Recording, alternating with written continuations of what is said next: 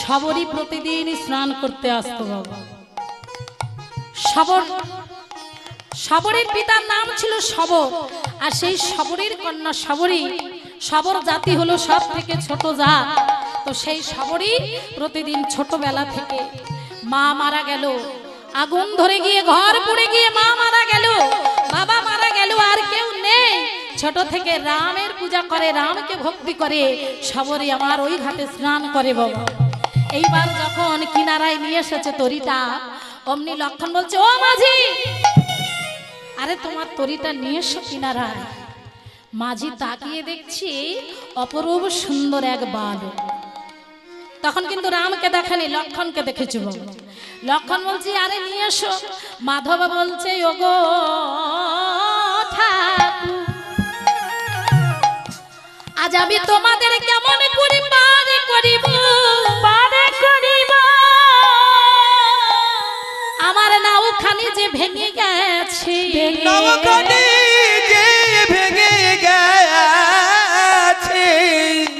আজ কিছুদিন হলো আমি আর পারে টারে করি না জানো ঠাকুর, আমার নাওখানি ভেঙে গেছে। আর তোমাদেরকে তুলে আর মধ্য যমুনায় কোথায় ডুবিয়ে মারবো, মধ্য গঙ্গায় ডুবিয়ে মারবো? না না, আমি পার করতে পারবো না। কিন্তু লক্ষণ মনে মনে করছে, মাধব, কাকে তুই পার করতে পারবি না বলছিস? যে সারা জগতের জীবকে পার করে সে আজকে এসেছে, তুই কি পার করবি মাধব? তুই তো নিমিত্ত মাত্র, একবার তো নৌকাতে তুলে দে। প্রকাশ্যে বলছে না, বলছে, ও মাধব, ও মাধব, মাধব তুমি ভয় পাচ্ছ কেন? না না, কয়েকদিন ধরে আমি পার করছি না ঠাকুর, আমার নাওখানি ভেঙে গেছে।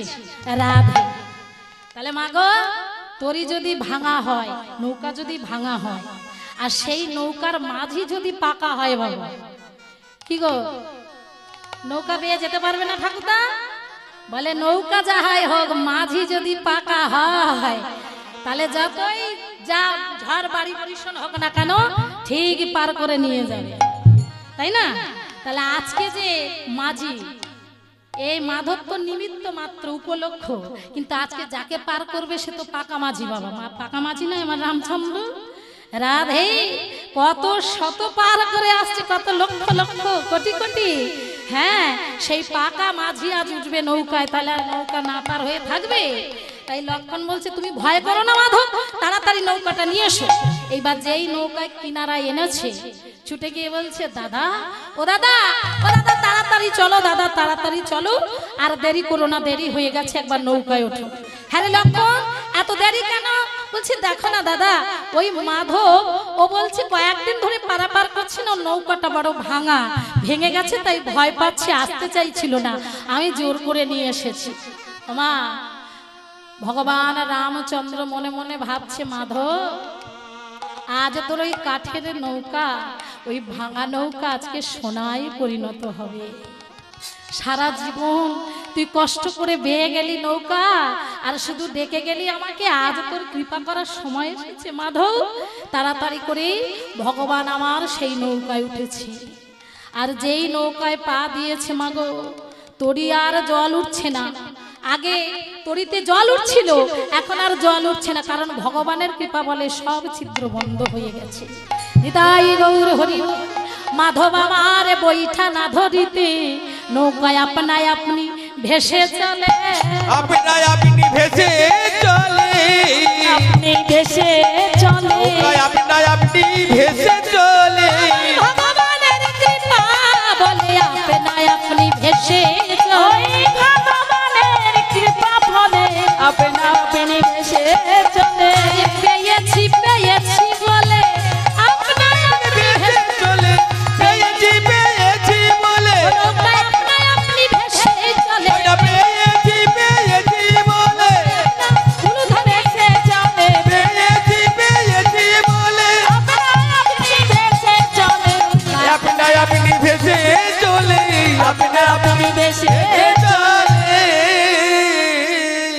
ও মায়েরা, আজকে শুধু মাধবের নৌকায় পা দিয়েছি, আর মাধবকে বইটা ধরে চালাতে হচ্ছে না, আপনা আপনি নৌকা ভাসতে ভাসতে চলে যাচ্ছে। কারণ এ জগতে স্থাবর জঙ্গম নদ নদী কীটাতি পতঙ্গ তরু লতা বৃক্ষ ধুলো পশু পাখি যারা যারা জন্মেছে বাবা সবাই কিন্তু ভগবানের দিকে তাকিয়ে বসে আছে বাবা। সবাই ভগবানের কৃপা ছাড়া করবে না, তাই চলে যাচ্ছে নৌকা আপনা আপনি ভেসে। আর এইবার ওপারে যখন যাচ্ছে, এইবার রাম নৌকা থেকে যেই নেমে চলে যাচ্ছি, অমনি নৌকাখানি সোনায় পরিণত হলো। নিতাই গৌর হরি। অমনি মাধব বললেন, ঠাকুর ও ঠাকুর, দাঁড়াও দাঁড়াও দাঁড়াও। ও ঠাকুর, আমার নৌকা ভাঙা হোক, ছিদ্র হোক, যা হোক, তবু ভালো ছিল। আরে তাই গৌর হরি। ঠাকুর এ তুমি কি করেছো? তোমরা নৌকায় উঠলে আর আমার নৌকাটা এমন লাল হয়ে গেল কেন? নিতাই গৌর হরি হরি। লক্ষণ বলছে, ও মাধব বুঝলি না, সারা জীবন তো নৌকা বাইলি, কিছু তো করতে পারলি না, তাই আজকে দাদার কৃপায় তোর এই কাঠের নৌকা সোনার হয়েছে, ভালো হলো না? মাধব ছুটে গিয়ে রামের চরণ দুখানা জড়িয়ে ধরেছে। ঠাকুর আমি তো সোনার তরি চাই না, সোনার তরি চাই না। আমি যেদিন এই সুন্দর পৃথিবী ছেড়ে চলে যাব, আমি সারা জীবন সবাইকে পার করে গেলাম, তোমার চরণ ধরে বলে রাখি, যেদিন আমার ভবলীলা সঙ্গ হবে, কৃপা করি তোমার ওই চরণে তরিতে করে দিও, তোমার চরণে করে দিও, তোমার চরণে তরিতে করে দিও, আর চরণে তরিতে করে দিও। আমি এই কথা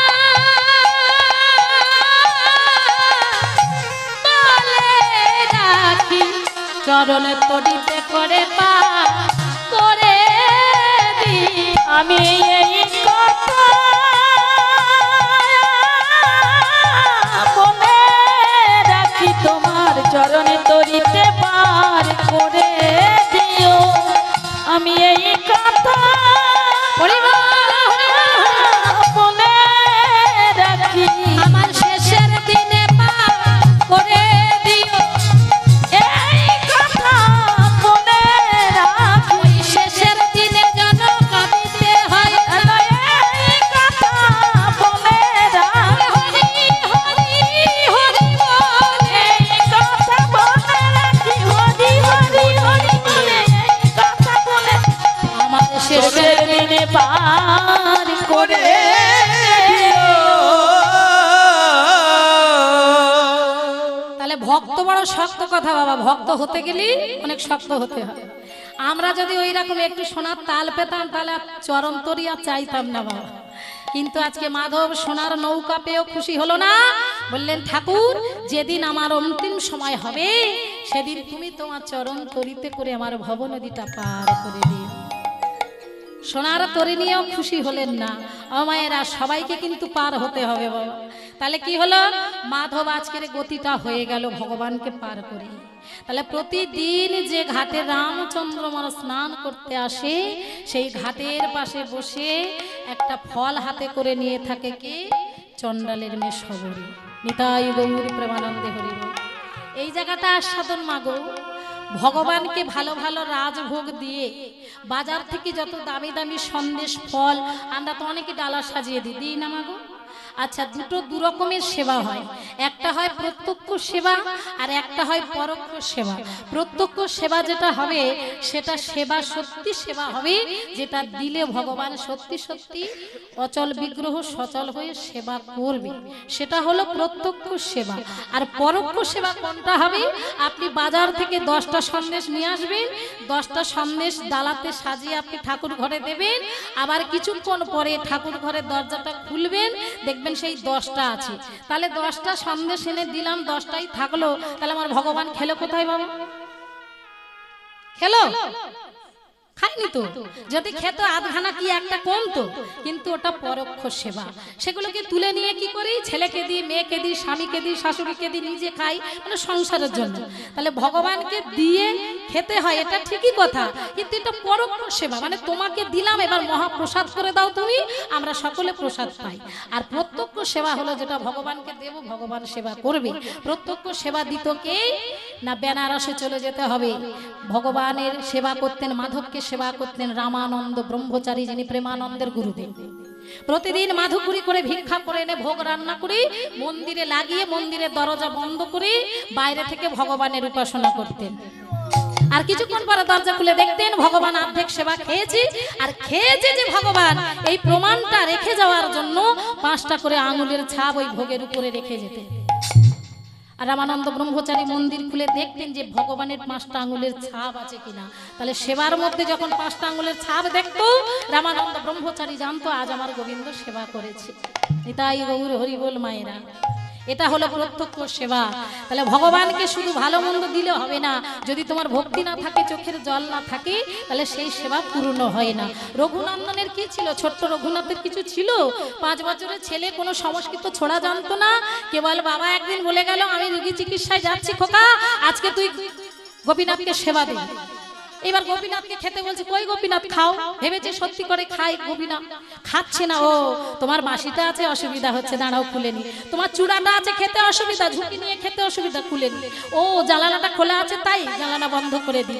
এইভাবে যখন নিজের দাদা ভাই বোনকে খেতে দিলে যেমন বলে তেমন, এই যে ভালোবাসা, অনুরাগ, শেষে গোপীনাথ এসে সত্যি সত্যি রঘুনাথের হাতে খেলো। বাবা এখনো রঘুনাথের অর্ধনারী শ্রীপাদ কাল্লাতে আছে, যারা কাল্লাতে যাবেন দেখবেন। নিতাই গৌর হরি বল। তাহলে আজকের এই সবারই বসে আছে কতদিন, কত মাস, 80 বছর ধরে। বাবা ওই ঘাটের পাশে প্রতিদিন বোন চয়ন করে করে ফুল আনতো, আর ঘাটে বসে বসে ডাকতো। কাকে ডাকতো? প্রভু রামচন্দ্রকে। রাধে মাগো, ভগবানের কৃপাটা এত সোজা কথা নয়।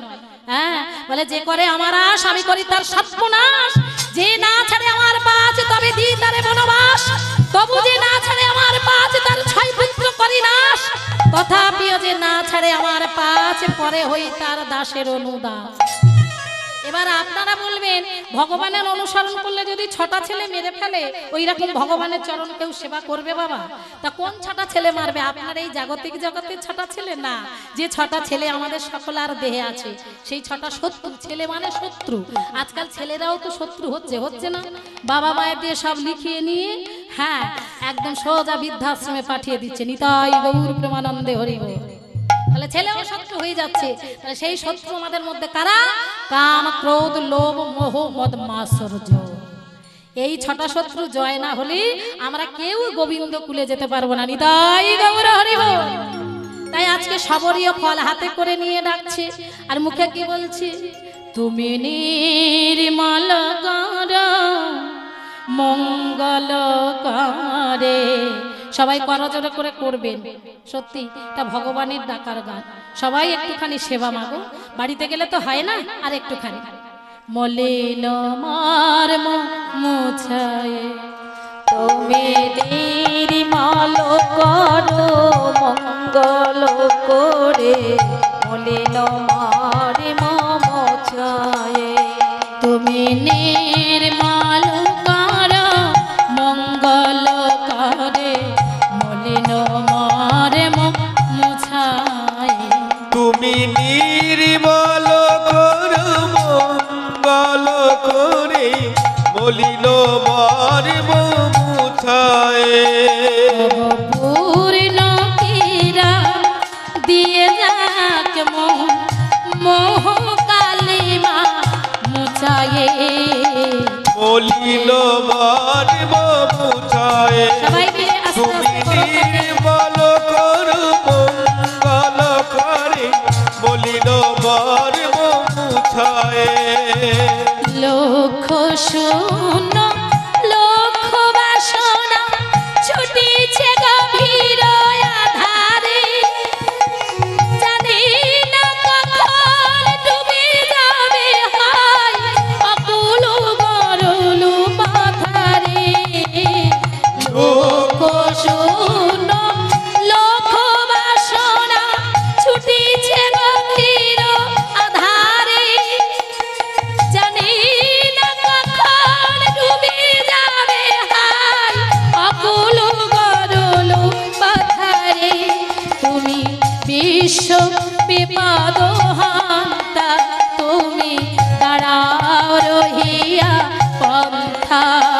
প্রভু শ্রীচরণ তলে নিয়ে সম মর তো বাসনা ঘুচায়ে মলিন মর্ম উলুধ্বনি, মুছায়ে উলুধ্বনি। তুমি নির্মল করু মঙ্গল করে মলিন মর্ম মুছায়ে তুমি নির্মল করু মঙ্গল করে মলিন মর্ম মুছায়ে। ভগবান কোথায় নেই মাগো? সর্বত্রই ভগবান আছে। প্রহ্লাদকে জিজ্ঞাসা করেছিল হিরণ্যকশিপুর, তোর ভগবান কোথায় আছে? বলে কোথায় নেই তাই বলো। বললে এই স্তম্ভের মধ্যে, স্ফটিকের মধ্যে তোর ভগবান আছে। বললো হ্যাঁ। সঙ্গে সঙ্গে ক্রোধান্বিত হয়ে হিরণ্যকশিপুর ওই স্ফটিকের মধ্যে, স্তম্ভের মধ্যে যখন লাথি মারলো, সেখান থেকে ভগবান নৃসিংহ অবতার হয়ে বেরিয়ে এলো। তাহলে ভগবান কোথায় নেই? বিশ্বাস করিয়া ভজে তারে কৃষ্ণ নাহিতে যে। বিশ্বাসে মিলাই বস্তু তর্কে বহুদূর। এ সংসারে যারা বিশ্বাস করে তারাই হয় বড় চতুর। আছো অনলে আনিলে চিরন ভনিলে উদার শালিলে গাহনে আছো বিট পিলতায় জলদের গায় শশী তারকায় তপনে আছো অনলে আনিলে চিরন ভনিলে উদার শালিলে গাহনে আছো বিট পিলতায় জলদের গায় শশী তারকায় তপনে আমি নয়নে বাসন বাঁধিয়া বুঝি আধারে মরিব কাঁদিয়া দেখি নাই কিছু বুঝি না কিছু দাও হে দেখায়ে বুঝায়ে মলিন মর্ম মুছায়ে তুমি নির্মল করু মঙ্গল করে মলিন মর্ম মুছায়ে তুমি পূর্ণ কিরণ দিয়ে যাক মোর মোহ কালিমা ঘুচায়ে মলিন মর্ম মুছায়ে তুমি নির্মল করু মঙ্গল করে মলিন মারে মমুচায়ে তুমি নির্মল করো মঙ্গল করে মলিন মারে মমুচায়ে। ও মায়েরা, একদিন ভগবানকে বেলা উল্টে গেল, দুটো লকুন্দানা দিলাম আর ছোট্ট গ্লাসে জল দিলাম, আর ভগবানকে ওই দরজা বন্ধ করে চলে এলাম। সেবা হয়ে গেল। ভগবানের মন্দিরে গিয়ে 10 মিনিট 15 মিনিট 20 মিনিট ওটা আধ ঘন্টা হোক বসতে হয়। বসে নিরজনে বসে বসে আপন মনে যোগ দাও, চোখের জল ফেলো, নিষ্ঠাভাবে বসে তার কাছে ভক্তি দিয়ে পূজা করো, সেবা করো। তাহলে আমাদের কাছে সেই সময় আছে না? সংসারে ছেলের জন্য সময় আছে, স্বামীর জন্য সময় আছে, সংসারের জন্য সময় আছে, কিন্তু ভগবানের মন্দিরে গেলে যত তাড়া হয় আমাদের, হয় না? কত তাড়াতাড়ি দিয়ে বেরোতে পারি, কি গো মায়েরা? মনে হয় যেন এটা একটা নিমিত্ত, দিতে হয় তাই দিই, কিন্তু ভগবানের সেবার সময় আমরা কাজে লাগাই না, সময় দেই না। রাধে সবরই এইভাবে 80টা বছর প্রতিটা দিন ওই ঘাটে বসে বসে কাঁদতো, সারা বনে ফলগুলো চয়ন করে আনতো, একটা একটা করে ফলগুলো নিজের সেবা করে দেখতো, কোন ফলটা তিতো, কোন ফলটা মিষ্টি, কোন ফলটা খেতে ভালো, সেই এঁঠো করা ফলগুলো গুছিয়ে গুছিয়ে রেখে দিত। ভক্তি কাকে বলে? কেন? যদি কোনোদিন রামচন্দ্র প্রভুর সঙ্গে দেখা হয়, সেদিন এই ফলগুলো আমি তার বদলে তুলে, এই যে আশা, এই যে বিশ্বাস, এই যে অনুরাগ, এই যে ভালোবাসা। পিতা চো মাতা, মাতা চো বন্ধু, বন্ধু চো সখা, সখা চো দাস, সখা হরি চোবারে। কেউ যদি ভগবানকে ভাবে সে আমার পিতা, ভগবান সেই আশা পূরণ করি। কেউ যদি বলে ভগবান মাতা, সেই রূপে ধরা দেয়। আবার কেউ যদি ভাবে আমার তো বন্ধু নয়, ভগবানই আমার বন্ধু, সে বন্ধু হয়ে ধরা দেয়। কেউ যদি ভাবে আমার তো ভাই নাই, ভগবান ভাই রূপে দেখা দেয়। কেউ যদি ডাকে হে তুমি আমার দাস, আমি তোমার দাস, ভগবান সেই ভক্তির চরণের দাস হয়ে যায়। দাসী হয়ে তাই যায়। তারে ডাকার মতো ডাকলে সে তো না এসে থাকে না।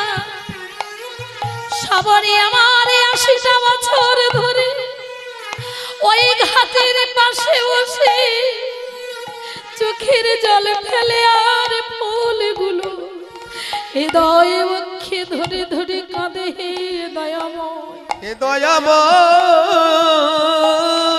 কতদিন আর বসে থাকবো মা? থাকতে থাকতে দন্তগুলো একটা একটা করে পড়ে যাচ্ছে। 80 বছর মানে বুঝতে পারছি না, তাই গৌর হরি বল। মা এইভাবে বসে আছে, কারণ সেই যুগে তো 1000 বছর গরমাই হয়। এইভাবে বসে আছে, চুলগুলো আস্তে আস্তে পাক ধরছে, নিতাই গৌর হরি বল। দৃষ্টি শক্তিও লোপ হয়ে আসছে। তাহলে সেই সবরই তবুও বসে আছে না, ভগবান নিশ্চয়ই একদিন আসবে। তাহলে আশা করে যদি বসে থাকো, তোমার বিশ্বাস যদি অটুট হয়, তোমার ভালোবাসায় যদি খাদ না থাকে, তাহলে ভগবান নিশ্চয়ই ধরা দেবে। রাধে রাধে মাগো। তাই বসে আছে ঠিক 80 বছর যেদিনই পূর্ণ হলো মায়েরা, ভগবান রামচন্দ্র স্নান করে উঠছে সবরী পথের পাশে, সেই ফলগুলো ধরে নিয়ে দুটি চোখের জলে ভাসিয়ে বলছে দয়াময়, আরে কতদিন আমি বসে থাকিব, আরে কত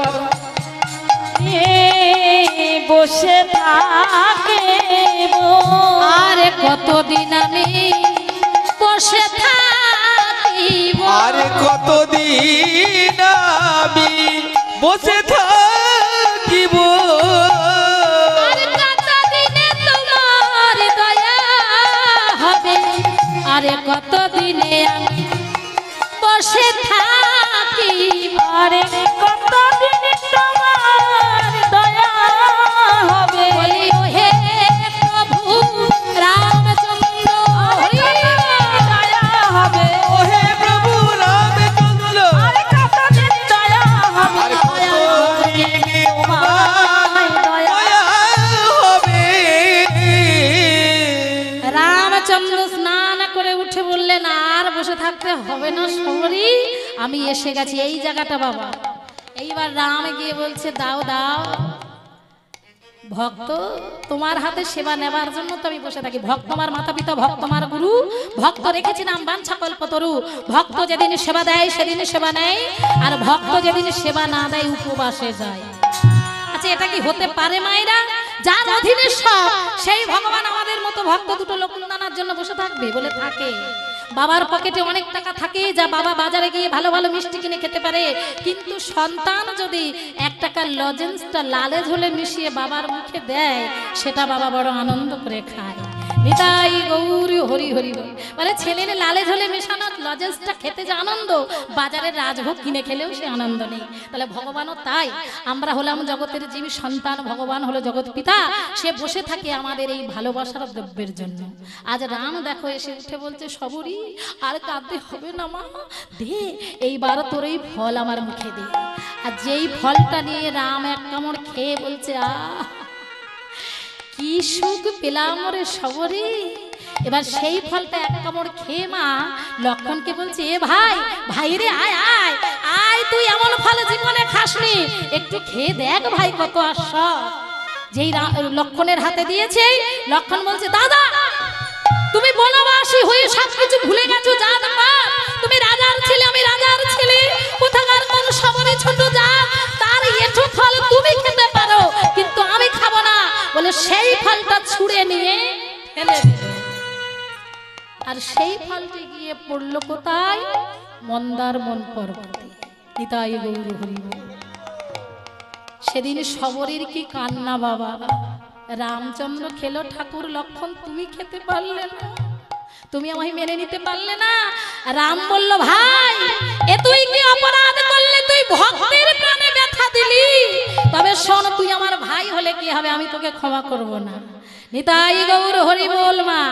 সেই ফল গিয়ে পড়লো, আর সেখানে কি হলো, ভগবান রাম বলল ওই ফল থেকে জন্ম নেবে বিশল্য গরুলি।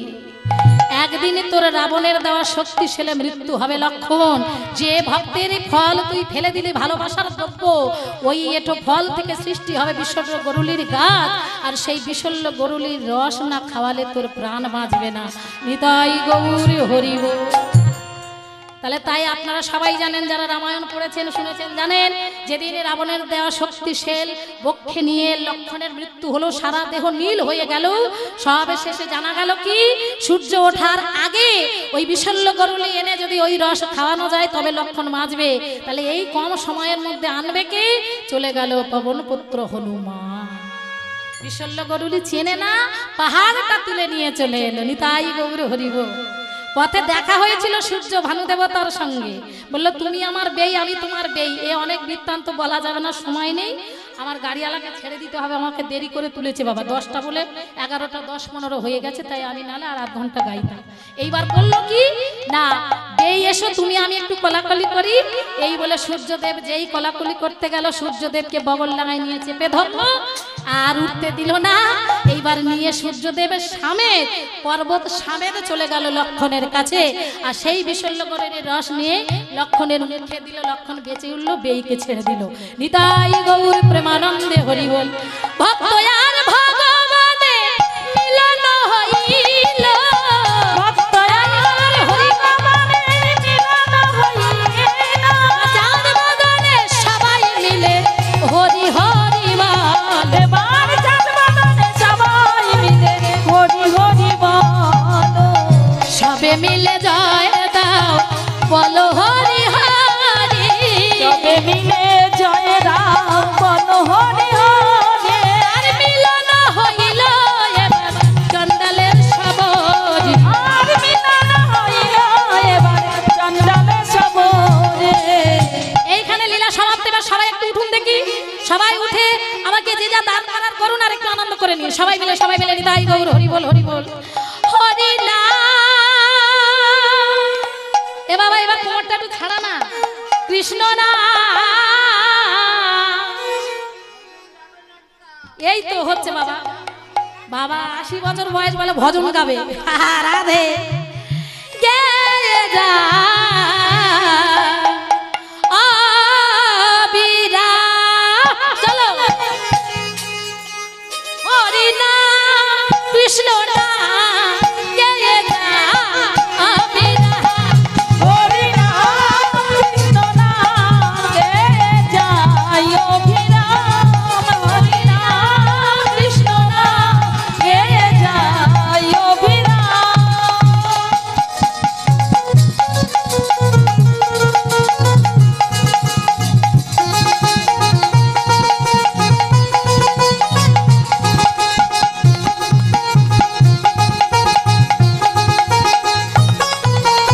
কৃষ্ণ চৈতন্য প্রভু নিত্যানন্দ, অদ্বৈত সীতায়ার প্রভু বিদ্যাবান। ওগো শ্রী চৈতন্য নিত্যানন্দ শ্রী অদ্বৈত সীত হরি গৌর বৈষ্ণব ভগবত গীতা।